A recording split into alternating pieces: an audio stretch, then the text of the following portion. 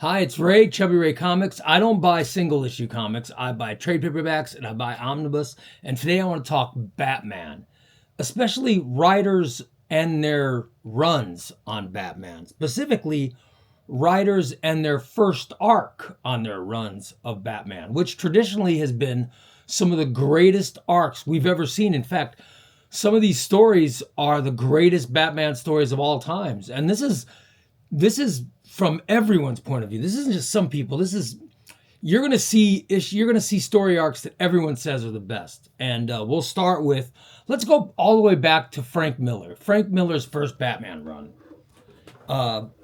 His first arc, Batman Year One. How many times have you heard, "Oh, Batman Year Run, how great! It's one of the greatest Batman books of all time." Blah blah blah. You hear it. It was his first arc. That was his first story arc in his run was Batman Year Run.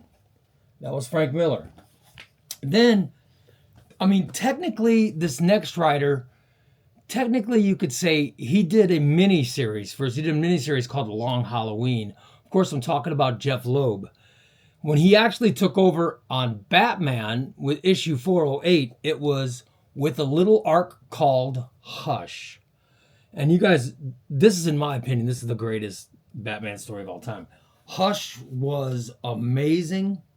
It had Jim Lee art and Jeff Loeb's fantastic story brought to life. Hush was amazing. It was a great book. One of the greatest of all time. In my opinion, the greatest of all time, but you guys can have your own opinion. But that was his first story arc as Batman solo writer was Hush. All right. Then let's skip ahead to Judd Winnick. Judd Winnick ended up getting Batman, and he got a run on it. And his first story arc, another one you might have heard of, Under the Red Hood. This is a classic story, the return of Jason Todd. We remember after Jim Starlin killed Jason Todd with Death in the Family, and it was teased in Hush, Winnick brought him back with Under the Red Hood, which is a great classic book. Many people think that this might be the greatest Batman story of all time. Like I said, a lot of these stories, people think they're the best Batman story we've ever had. Great stories. Under the Red Hood is fantastic. And there you go. That was Judd Winnick's first Batman story. Now we move ahead to Grant Morrison. You might have heard of him, Grant Morrison. A lot of people think he's got the best stuff ever. He was a Batman writer. He had a run on Batman, and his first story arc was Batman and Son. It was when Batman found out about Damian Wayne. That was his first story arc as Batman writer. It happened that's his first arc. Which is all of these books, it's always the first arc. The first arc is the most important one. Next up, well, let's skip ahead to Scott Snyder. Scott Snyder, maybe one of the best Batman runs of all time. Scott Snyder's run started with Court of Owls. And I get a chance to show off one of my absolutes. This is Absolute Court of Owls. Scott Snyder's first arc. This is his first arc as a Batman writer. And if you guys have never seen this, by the way, the absolute version of Court of Owls is fantastic. This is another one that might be the best Batman story of all time. And it's oversized, and look how glorious it is. Even if your eyesight's as bad as mine, you're not going to have a problem reading this absolute because it is supersized. And it just looks great. It's got that Greg Capullo art, and it's a great story. It's Absolute Court of Owls. Scott Snyder's first story arc in his Batman run. All right? After Snyder came Tom King. Tom King's first story arc. I love this. I might be alone in saying this, but I think this is one of the finest. I think this is one of the finest arcs of all time. I love I Am Gotham. I think it is a fantastic story. It's about Batman finding someone who calls himself Gotham and his sister, Gotham Girl. And they're two young, privileged kids who lose their parents, and then they decide to get powers. And their powers are almost equal to Superman. That's how powerful they are. And they join Batman. They join Batman in fighting crime in Gotham, and it's an amazing story. But then it turns very tragic because of what happens. It does turn tragic. Now, this is Tom King and David Finch. If you've never read I Am Gotham, I highly recommend it. It is a great, great book. And right now, I think it's at Ollie's. You can get it on sale at Ollie's, this trade paperback. It is amazing.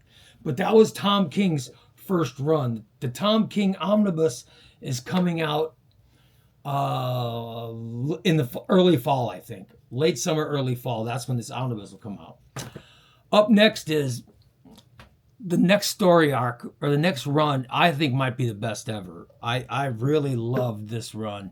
And I love this story arc. It's James Tynion of the Fourth and their dark designs. I loved this book. In my opinion, this is one of the greatest Batman stories of all time. I love, love, love, love this book. It is a fantastic book. It's a great story. It's about all the OG Batman villains getting together and hiring this guy who calls himself the Designer. And it's the introduction of the Designer. It's also the introduction of Punchline. And it's got Harley Quinn joining Batman. There's a lot of good stuff in this. This is a great book. It's also got Deathstroke in it. Oh my God. If you've never read their Dark Designs, I cannot recommend it enough. It's such a great book. But this was James Tynion's first arc on his run, which I think is a fantastic run. By the way, the Tynion Omnibus just came out. And I've already read it. It's just fantastic. I love it, love it, love it.